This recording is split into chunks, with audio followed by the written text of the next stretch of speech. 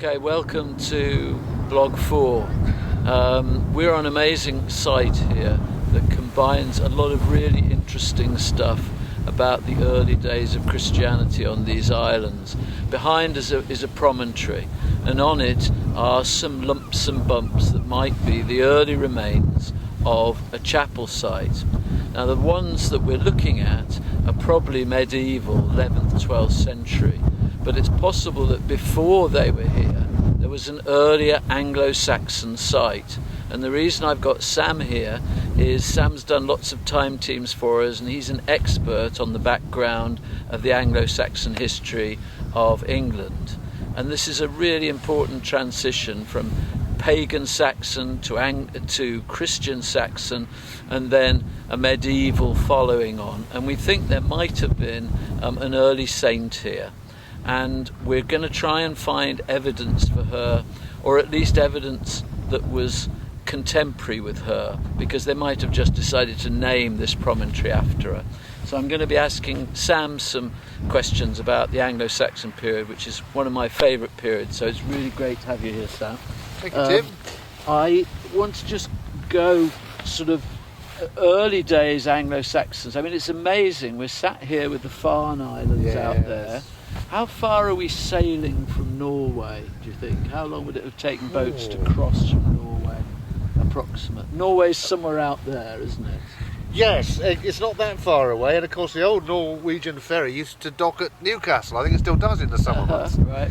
I don't know, on a good day, 2 days maybe. And just up the coast here is Lindisfarne. Yes, just round the corner, really. At one of the critical events, 793, the Vikings attacked Lindisfarne. Absolutely, and it was a shock that such a place as that, the spiritual power station of the north of England, and of Europe really, crossroads of international cultural and art, hence the Lindisfarne Gospels, is just wonderful. The shrine of St Cuthbert, the relics of St Cuthbert, which were deemed to be capable of intervening in mortal affairs, that they should be attacked out of the sea like this. I mean, it was a shock that it should be an attack from the sea, and that it should be targeting a minster, which were in many ways sort of exempt from most everyday secular activities. Now we've got an example here of a period, 200-300 years before that, possibly, yeah. Early Anglo-Saxon, and we've got a woman who is the daughter of Aelfrith. Athelfrith, yes, thank you. A formidable warlord, yeah. Unbaptised, yet Bede still praises him hugely because he's a Northumbrian. And he's up in Northumbria, and he's defeated in battle by King Radwold, the one probably lying at state at Sutton Hoo in the great ship the burial. one we associate with Sutton Hoo. Yeah. And after that defeat, the brothers sort of flee. Yeah, Oswald and Oswy. And who later become the great kings of Northumbria in their own right. St Oswald, one of the major saints of Europe. And so the woman who was their sister, an important part, decides to go. Yes. Yes, she must have gone into exile with them, and she might be a half sister rather than a full sister, but we're not sure when she was born, but she was probably quite small when the father died. But she goes into exile with the brothers, and they're baptised into the Irish Church.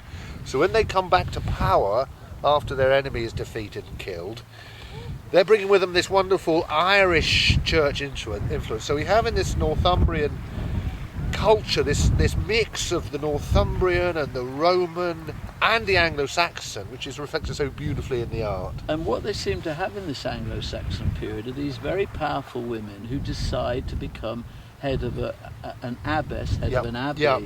And it's not like being sent to a nunnery or something. These people are both religious and powerful. Yes, and very much continue to be in charge. I mean, the fact that they are the descendants of the pre-Christian royal family, that with a pedigree that goes right back to Woden himself, you've already got a kind of intrinsic sanctity in these people that comes with the royal blood.